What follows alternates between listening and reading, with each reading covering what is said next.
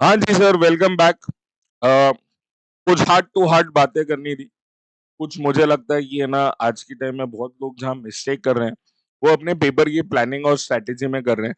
This is one area I think which requires very very special assistance. इसलिए है ना 5 minute बस इस छोटी सी कहानी को और इस छोटी सी स्ट्रैटेजी को समझ लो। सबसे पहली बात, तुम्हारा पेपर 3 घंटे का नहीं है। तुम्हारा पेपर 3 घंटा और 15 मिनट। अब ये जो तुम्हारे फर्स्ट 15 मिनट्स है ना, इस फर्स्ट 15 मिनट्स में है ना, do not do not see the MCQs and question one. ये मत देखो भाई, बिल्कुल भी मत देखो। सर क्यों? यार देख, ये 15 मिनट है ना, ये तुम्हारे लिए है ना, ये डिसाइड करने के लिए होने चाहिए कि तुम्हें कौन सा क्वेश्चन छोड़ना है। तुम्हारे पास एक इंटरनल ऑप्शन आना है, क्वेश्चन 1 to 6 में से 5 क्वेश्चन करने हैं तुम्हें। तो कौन सा क्वेश्चन छोड़ना है ना, is what you actually should be focusing upon. ठीक है? जो है ना, तुम्हें है ना वो 15 मिनट में क्वेश्चन छोड़ देना है ना, वो डिसाइड करना बहुत ज़्यादा ज़रूरी है। तुम इसे पढ़ लोगे तो भी क्या, जब सॉल्व करने जाओगे, तो वापस तो पढ़ना पड़ेगा ना। तो अभी पढ़ के फ़ायदा क्या है? क्या करोगे एक्स्ट्रा पढ़ के? डबल बार पढ़ने का डबल मार्क्स नहीं मिलने वाला है। तो इसके लिए है ना, the first 15 minutes which question to drop should be your target. Decide ये करना है कि कौन-सा क्वेश्चन छोड़ देना है भाई मेरे। तो वो चीज के लिए ना प्लान करना है। देख, मेरा सजेशन हमेशा यही रहता है कि तुम थियरी वाला क्वेश्चन छोड़ दो, क्योंकि थियरी वाले क्वेश्चन में ये कभी मार्क्स ही नहीं। 14 मार्क का क्वेश्चन है, 4 5 6 मिलेगा क्या? मतलब सोचते यार, अपन इसके लिए तो नहीं आया ना इस लड़ाई में। अपन तो 14 में से 12 13 14 लाने के लिए आए। तो वो तो थियरी में नहीं आ रहा। तो अगर तुम वो कैटेगरी को जो दिमाग लगा के भर के गया है कि भैया अपने को किसी भी हालत में थ्योरी लिखना ही नहीं, तो तुम अलग स्ट्रैटेजी के लिए बने हो, मैं तुम्हें वो भी बता रहा हूँ। बट अगर तुम्हें ऐसा लगता है कि शायद तुमसे पेपर पूरा नहीं होगा, ठीक है, और वैसी सिचुएशन में अगर तुम हो, तो शायद तुम्हें थियरी लिखना होगा। और उसके लिए ना फिर मैं सजेस्ट करूंगा, तुम पहले ये डिसाइड कर लो कौन सा क्वेश्चन लो। That has to be done in the first shift. अब एक चीज जो बहुत ज्यादा जरूरी है, वो ये है समझनी, जो इंस्टीट्यूट का एमसीक्यू वाला पैटर्न है, वो भी जो केस बेस्ड एमसीक्यू, ये ना जानबूझ के हैरान कर, ठीक है? इसमें से एक आध 2 केस है ना, 2 तो आते हैं, एक आध केस इसमें से है ना ट्रिकी बना देंगे, ठीक है? अच्छा, वो ट्रिकी है नहीं, ठीक है? वो ट्रिकी है नहीं, पर है ना वो लेंथ इतनी लंबी है, उसमें ना इतना सारा डेटा दिया हुआ है, तुम्हें लगता है यार कि क्या, कहाँ से आया है ये? वो कौन-सी मूवी थी, जॉली एलएलबी या क्या? कहाँ से आते हैं? क्या चाहते हैं? वो वाली कहानी है। तो ये है ना, this is not the first to solve, not to solve first at. देख, डिस्क्रिप्टिव सेक्शन से चालू करो, और डिस्क्रिप्टिव सेक्शन में है ना, आई एम श्योर तुमने भले किसी से भी पढ़ा हो, कुछ भी मेहनत की हो, सेल्फ स्टडी किया हो, जो भी किया हो, एटलीस्ट अगर तुम्हारी प्रिपरेशन ठीक है, एटलीस्ट 40 मार्क का पेपर ना, ये तुम्हारा है ना, तुम्हें सीन मिले। अब ये जो पेपर तुम्हें सीन मिल रहा है ना बॉस, ठीक है, ये 40 मार्क्स का पेपर जो तुम देख चुके हो कि अरे ये तो किया है, ऐसा तो बनाया है, ये वाला लगाया है क्वेश्चन, ऐसे तो करा हुआ है, ये वो वगैरह वगैरह, वो जो भी क्वेश्चन है ना, स्टार्ट विद, इससे करो स्टार्ट, और इसको एलोकेट करो 1.5 मिनट्स पर मार्क। मतलब ये 40 मार्क का पेपर हमारा 1.5 मिनट्स के हिसाब से 1 घंटे में पूरा होना है।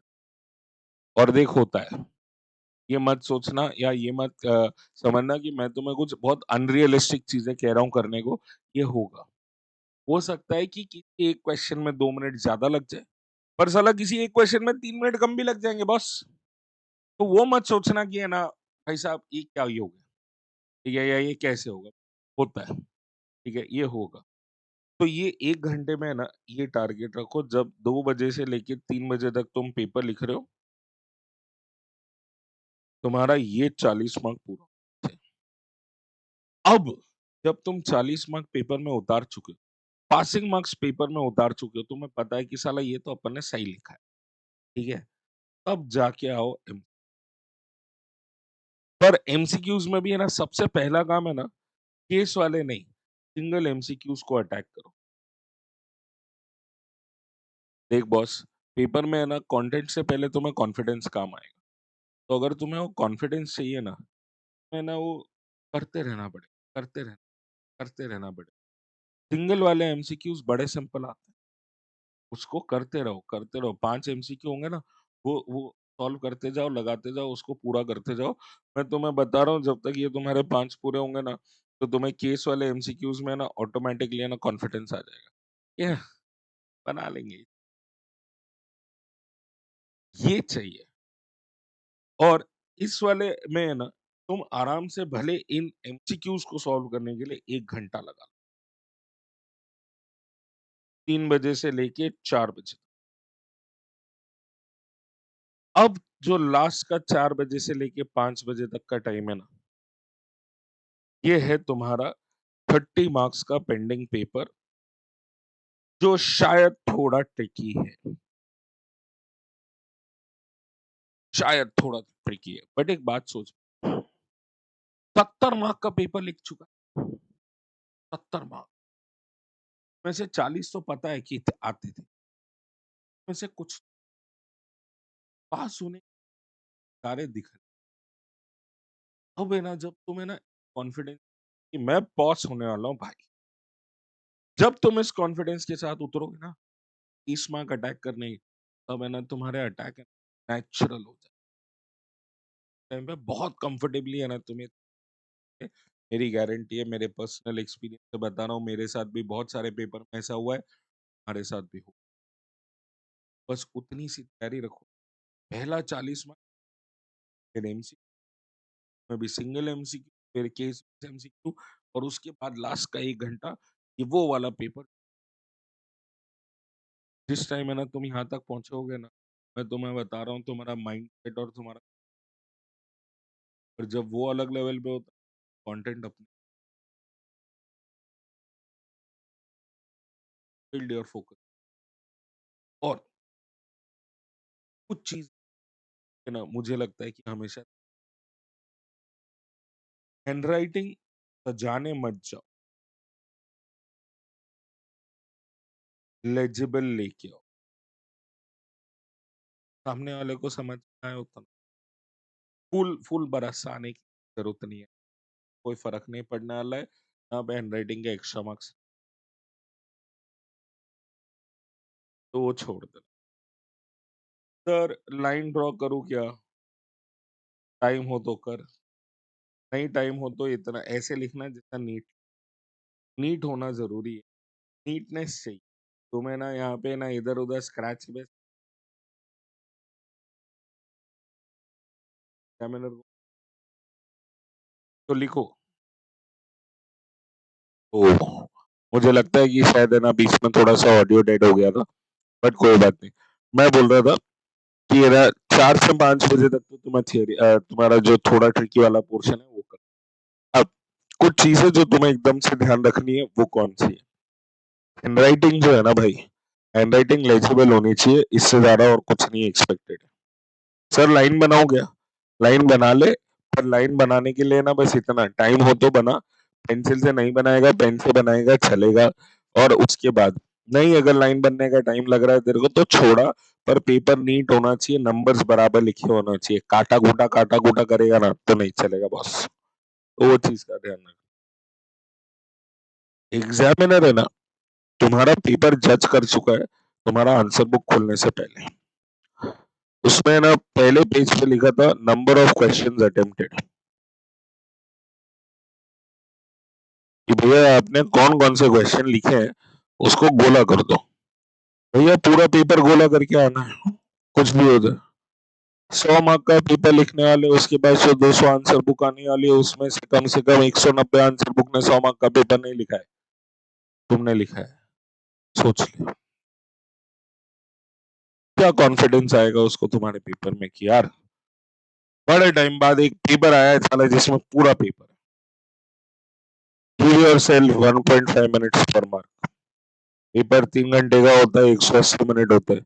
मैं बोलता हूँ 150 मिनट में 1.5 मिनट्स होएगा। मैं ये नहीं बोल रहा पेपर आधा घंटा जल्दी खत्म होने वाला है बस, पर तो ये थोड़ा ट्रिकी वाला टाइम है ना, इसके लिए तो हमें टाइम चाहिए, इन क्वेश्चंस के लिए टाइम चाहिए। तो जो तुम्हें आता है उसमें टाइम बचाओ, ताकि जो तुम्हें नहीं आता है उसमें टाइम दे सको। Something between a difficult and a simple question is just time. Time होगा तो डिफिकल्ट भी क्रैक हो जाएगा, टाइम नहीं होगा तो सिंपल क्वेश्चन में भी मिस्टेक होगा। तो इसके लिए टाइम मैनेजमेंट पे फुल फोकस। यहाँ पे तुमने क्वेश्चंस अटेम्प्ट करके यहाँ पे लिख दिया, this is going to be your first strike to the examiner boss. पहला कम से कम 3 क्वेश्चन, ये जो 40 मार्क का है ना, टेस्ट लिखो। थोड़ा सा 2 सेकंड सोच के लिख, पर है ना सही लिख। कैंसिलेशन अवॉइड कर, स्क्रैच करना अवॉइड कर। स्क्रैच करना is a sign of weakness. तुम्हें ये वीकनेस हटानी है, तुम्हें ध्यान रखना है कि कैंसिलेशन नहीं होना चाहिए। बस इतना सा ध्यान रख, कैंसिलेशन नहीं चाहिए, क्वेश्चन सारे अटेम्प्टेड होने चाहिए। और उसके अलावा में ये फर्स्ट क्वेश्चन, पहला 40 मार्क 1 घंटा, दूसरा 30 मार्क 1 घंटा एमसीक्यूज, क्योंकि इसमें टाइम लग सकता है।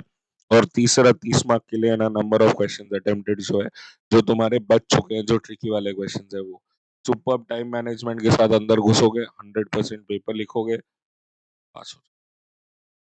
नहीं है इतना मुश्किल पास होना, अगर प्लानिंग बराबर है तो ये दे दी है तुम्हें planning. I hope you like the video and all the very best from the bottom of my heart. एकदम सुपर फाड़ के आना बॉस पेपर में। कहीं पे भी डर लगे तो ध्यान रखना, you are not doing this for yourself alone, you are doing this for your parents as well. तो है ना, उन्हें प्राउड करना है, बस इस फीलिंग से जाना पेपर के अंदर।